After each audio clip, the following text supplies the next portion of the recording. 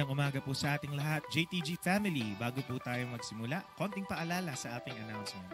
Una na po dyan, magkita-kita po tayo tuwing midweek service. Yan po ay ginaganap tuwing Wednesday, alas 7 ng gabi.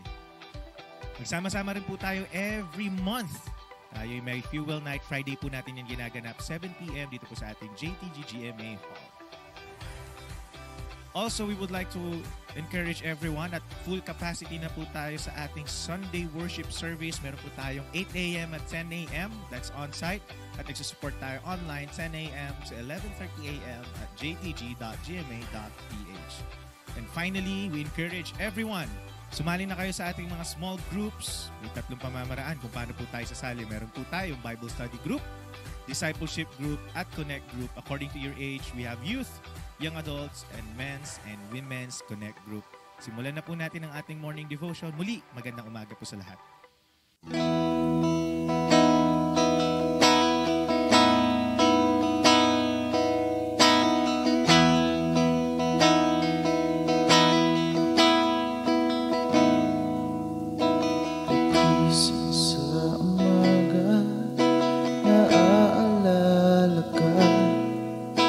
Nasasabik ang puso ko na makapiling ka.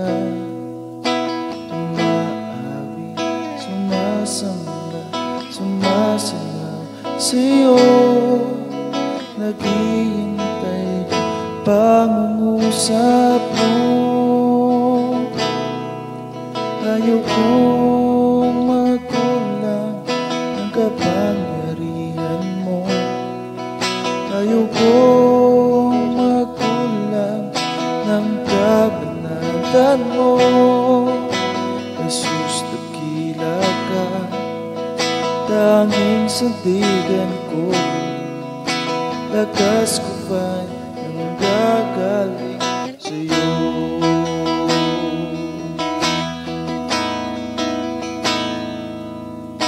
Pag-isip sa umaga, naaalala ka. Nasasabik ang puso ko na magkapiling ka. Umaawi, sumasamba, sumasayaw sa'yo. Naghihintay ng pangungusap mo. Ayaw kong magkulang ng kapangyarihan mo. Ayaw kong magkulang ng kabanatan mo. Jesus, dakila ka, tanging sandigan ko. Lakas ko ba'y nanggagaling sa'yo? Ayaw kong magkulang ng kapangyarihan mo. Ayaw kong magkulang ng kabanatan mo. Jesus, dakila ka, tanging sandigan ko. Lakas ko ba'y nanggagaling sa'yo? Jesus, dakila ka, tanging sandigan ko. Lakas ko ba'y nanggagaling sa'yo? Jesus, dakila ka, tanging sandigan ko. Lakas ko ba'y nanggagaling sa'yo? Lakas ko ba'y nanggagaling sa'yo? Lakas ko ba'y nanggagaling sa'yo?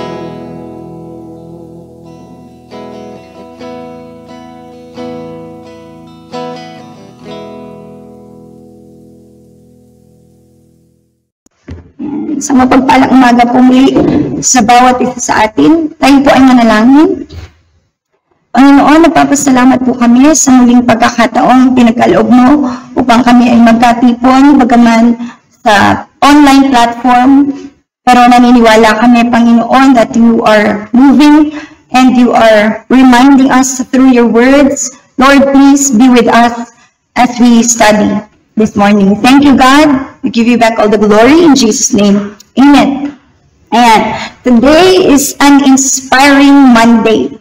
Amen? Usually, kapag ka Monday, iba yung pakiramdam natin. Kasi nga, start na naman ang work, simula na naman ang mga alalahanin ng ating mga buhay. But, hindi yan. Bagaman naiisip natin, but that would not be the track of our mind. Instead, we know that God has made everything possible for you and for me. At yan po yung ating pag-aaralan ngayong umagang ito.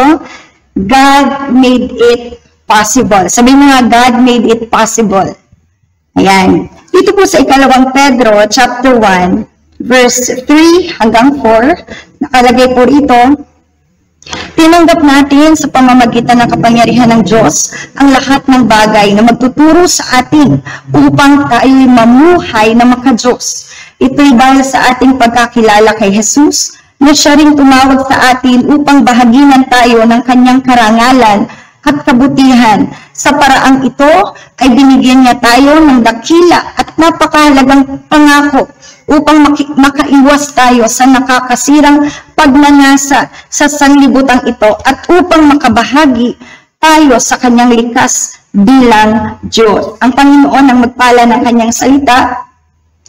Di ba, danas ko, at alam ko nararanasan mo rin sa mga panahon na ito kung gaano kahigpit yung laban Kristiyano natin, spiritual battles natin. And of course, hindi lang naman po ito yung pakikibaka natin ng paglago natin, but even yung nangyayari sa ating kapaligiran, nandyan yung financial battles, nandyan yung relationship battles natin, yung kapag tayo ay humaharap na sa real world, nakikita natin sa loob ng tahanan natin, may mga laban, so kahit saan tayo bumaling, mayroon tayong masasense na laban. And in the midst of our battles, there is a need for us to grow in faith. Tama po? There is a need for us to keep living a godly life. A life that is pleasing unto the Lord. Amen po? And hindi po madali yun. Hindi po madali ang sumabak sa mga laban sa araw-araw ng buhay o sa araw-araw na ibinibigay ng Lord sa atin. It's not that easy to fight our battles and to keep growing as a Christian. But, as the Word of God said dito po sa ating binasa, ay inassure ng Panginoon na kaya natin. That it is possible for us to live a godly, blessed life.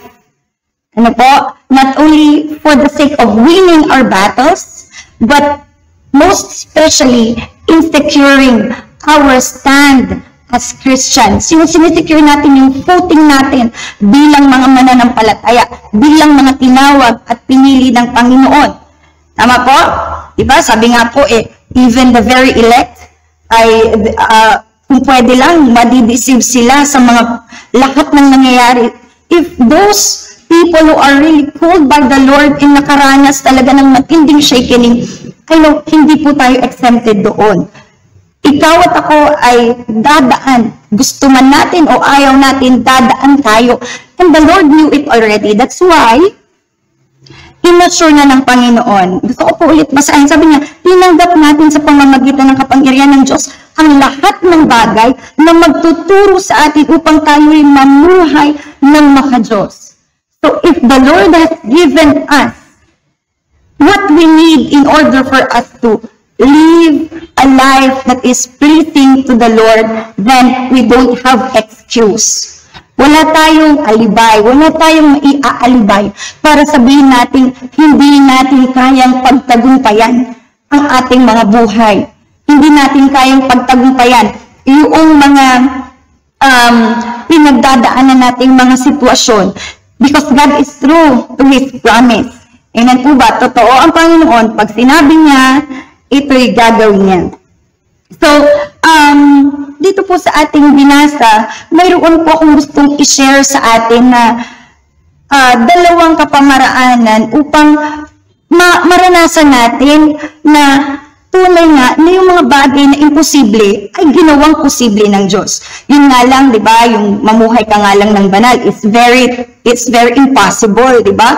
Kasi nga, kanan kaliwa ang mga temptation. Hindi lang temptation, but even yung reality of life, di ba? Yung sobrang hirap. Minsan, kung pwede nga lang, kakapit ka na sa patalim. Ganun kahirap yung mga sitwasyon ngayon. But, you know, if that is the experience of the world, pinaghandaan na yan ng Panginoon. Amen po. So, ano ba yung dalawang bagay na yon na sa akin pong pag-aaral ay na-refresh din ako na ito pala yung ginawa ng Panginoon o binibigay ng Lord sa atin na solution so that we can see the things that are impossible, possible. Okay, number 1, we have to grow in the knowledge of our Lord Jesus Christ. Sabi niya ganun, ito'y dahil sa ating pagkakakilala kay Jesus na siya ring tumawag sa atin upang bahaginan tayo ng kanyang karangalan at kabutihan. So, tinanggap natin, sa pamamagitan ng kapangyarihan ng Diyos, ang lahat ng bagay para makayanan natin na ipanalo o makayanan po natin na mamuhay ayon sa kalooban ng Lord, na mamuhay sa makadiyos na pamamaraan sa pamamagitan ng ating pagkilala sa ating Panginoong Jesus. Alam niyo po, knowing the Lord is not overnight. Hindi ito one time na kapag may nag-share sa'yo o kahit na sabihin mo 1, 2 taon ka na naglilingkod sa Panginoon, you know the Lord very well already. I don't think so. Because our God is full of mystery. Ang Panginoon natin ay napakalalim niya, napakalawak niya, and there are more that we have to know of the Lord. Marami pang mga bagay na gusto ang Panginoon ipakita sa atin kung sino siya. Yung degree, sometimes, yes, we know the Lord is faithful, pero sometimes yung degree, doon nagkakatalo-talo, hindi ba? But as we go on living, as we keep on going sa ating walk with the Lord, in our faith in the Lord, yung degree ng faithfulness ni Lord, na-amaze tayo. Yung degree ng goodness ni Lord, parang lumalagpas sa kakayanan ng ating kaisipan. Hindi po ba? Kung kaya't na-encourage tayo na kahit ang daming mga pagsubok, kahit ang daming mga battle, persecution, minsan kahit gaano ka pa kalalim o katagal na sa Panginoon, kapag binayo ka ng pagsubok, binayo ka ng problema, darating ka talaga sa point na magki-question ka rin Magki-question ka rin sa Panginoon, Lord, bakit ganito, Lord? Bakit ganyan? Parang without the power of God, without the ways of the Lord in our lives. But the challenge is we can experience the possibility of living a godly life if we keep on knowing who the Lord is in our lives. Let's make our knowledge of the Lord experiential and not just experimental. Amen po? Experimental kasi panay head knowledge Pero pag sinabi natin experiential, yung natututunan mo, naririnig mo sa yung mga leaders, sa mga pastors mo, nararanasan mo because you keep walking with the Lord. You have this deep desire to know Him even more. So, yun yung kailangan natin. Keep growing in the knowledge of our Lord Jesus Christ. There is this one instance in John chapter 6 na nangaral ang Panginoon nandun yung mga disciples niya and even those people who are hungry of the miracles of the Lord, nandun sila.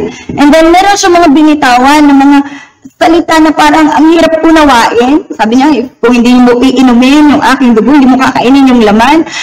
Nung narinig ito ng mga ibang mga tao, they doubted na ano ba to? Parang kulto ba to? Sino ba to? Ano ba itong sinasabi niya? Because they don't know the Lord very well. Nagkaroon sila ng mali na pangunawa sa Panginoon. Kaya unti-unti silang nagpulasan, unti-unti silang umalis. At ang natira ay yung mga disciples ng Panginoon. Kaya nung tinanong ni Jesus, kayo, hinarap niya yung kanyang mga disciples, hinarap niya si Pedro, sabi niya, kayo, ikaw, baka gusto mo rin bang umalis? Pero sumagot si Peter, because his disciples were walking with him, growing in the knowledge of Jesus, because they hear of Jesus every day, they learn at the feet of Jesus. Sabi ni Peter sa kanya, sabi ni Peter, saan pa kami pupunta, Panginoon? You have the word that gives life. They knew very well.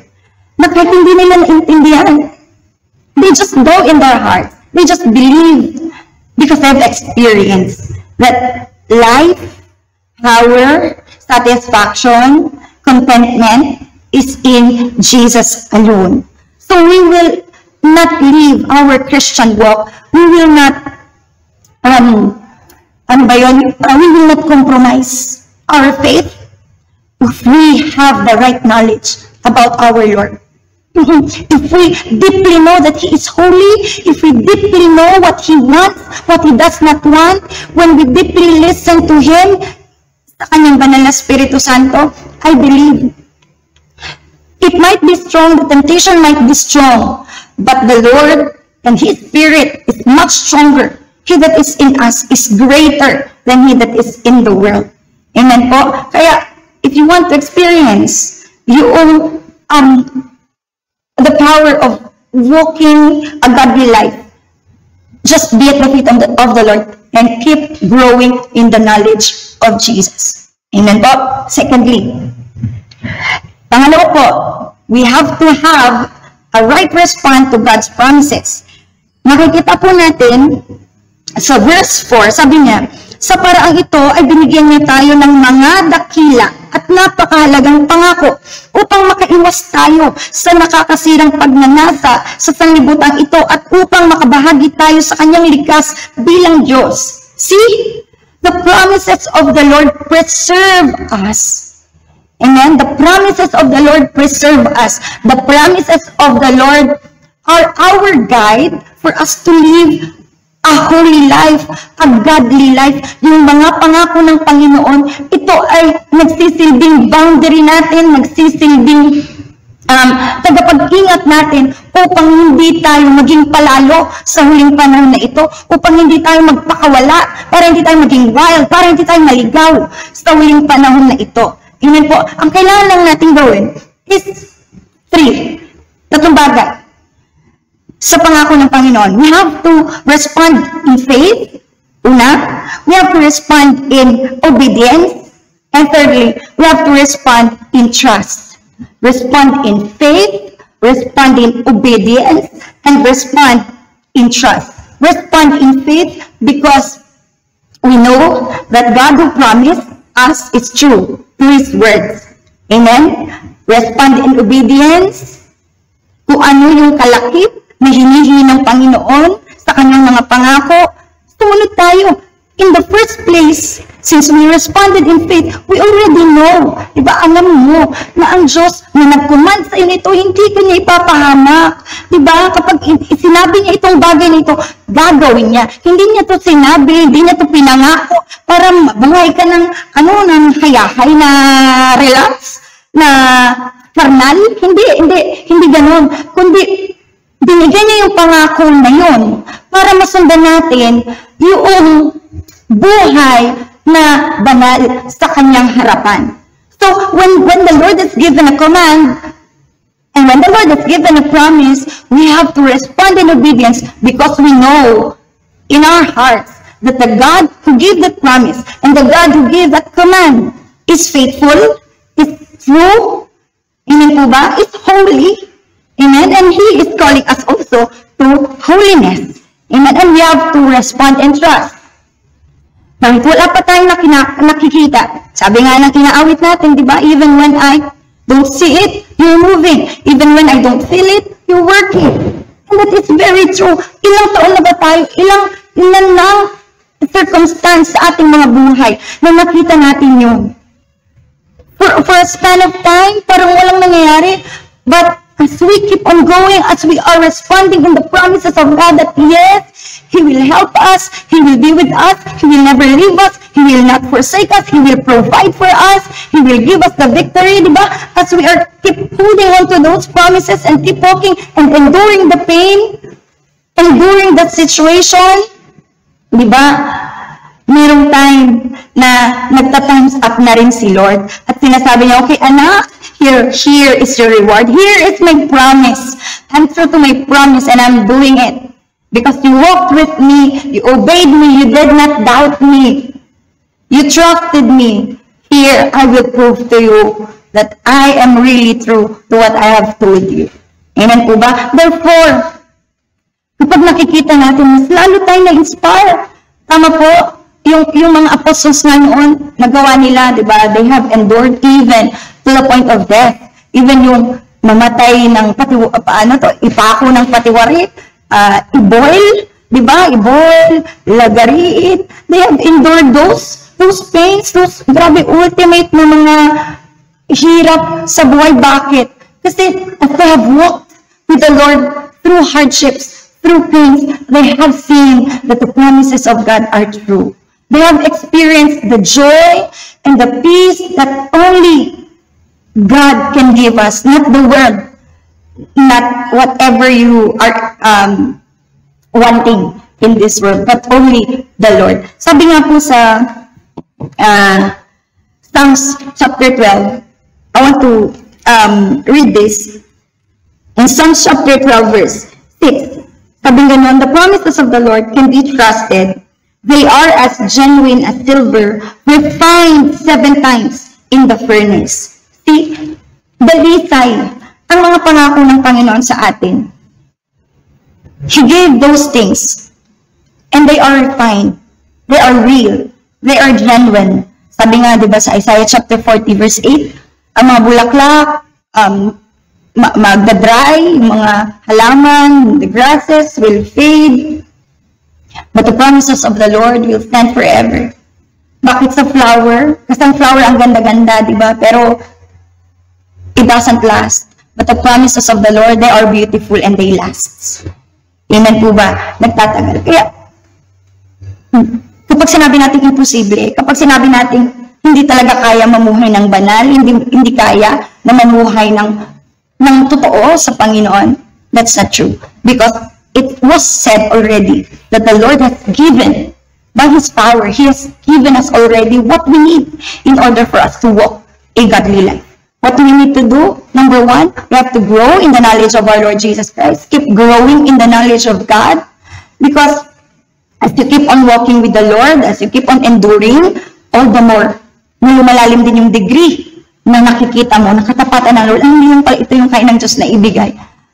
Even in the midst of your sin, in the midst ng pagkalugmok, pagkabagsak, when you come to turn to the Lord, makikita mo lalo yung degree. Pero hindi ko sinasabi, let's fall into a deeper sin. Hindi ho yun ganun. But when the Lord allows such circumstance to happen in our lives, doon mapuprove natin na yung intensity ng faithfulness and goodness ng Lord talaga naman ay malalim, matibay, at talagang hindi mapapasubalian. And then secondly, we have to correctly respond unto the promises of the Lord.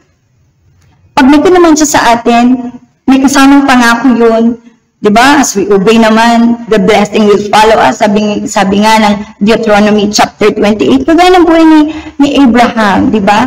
In Genesis, nag-start yung call niya, Genesis 12, and then sa Genesis 22, doon yung great test niya. He responded correctly. Nung una, naging experimental kasi binigay ni Sarah si Hagar. But they've learned their lessons. That's why they responded rightly sa Panginoon. And then eventually, the Lord gave His promise. God gave Isaac. Pero hindi po nagtapos doon. Dumating yung hiningi ng Lord si Isaac ulit. But Abraham still responded correctly to the Lord. Kaya ano nangyari? Yung pangako ng Panginoon, talaga naman, bumulusok. Kaya totoo, when we obey the Lord, even kapag nahihirap, kahit na nasasaktan na tayo, we all know, greater pa rin pala, greater palagi ang nakaabang sa atin if we correctly respond unto the promises of the Lord. So I pray that this morning you got inspired that the impossible is possible because the Lord has made it so and because the Lord has promised. Amen po ba? So isang mapagpalang umaga sa bawat isa sa atin. God bless us all.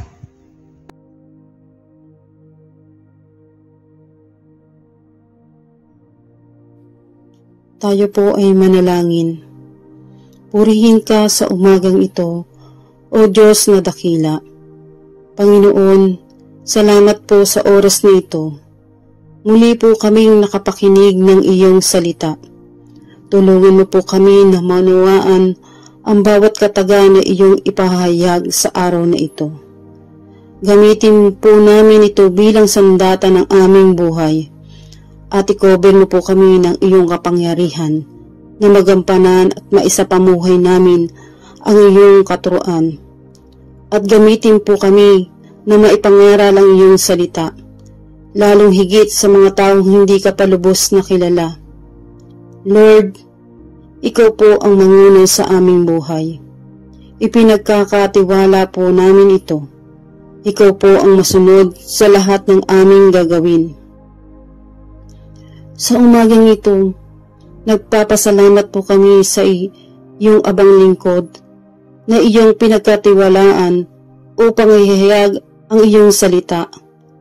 Lagi mo po siyang ingatan at gamitin mightily. Ipagkaloob mo po ang biyaya sa kanyang buhay kasama ang kanyang buong pamilya. Cover him with your holy blood and bless him with your Holy Spirit. Lord, we pray together and we ask for your forgiveness. Dalangin po namin ang kalakasang nagmumula sa iyo at katatagan ng aming puso at isipan. Panginoon, idinadalangin din po namin ang aming bansa. Tulungan mo po kami na maipakilala ka at unahin upang ang kasaganahan ay mag-overflow sa bawat isa.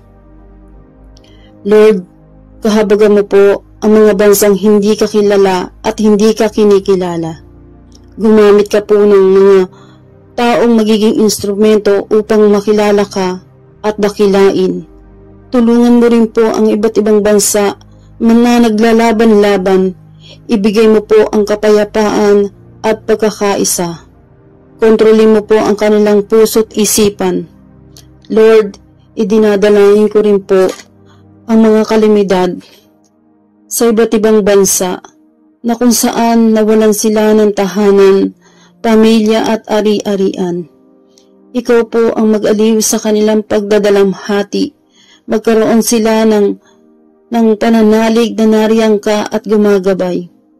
Ibalik mo po ang lahat ng nawala sa kanila upang makapanimula sila.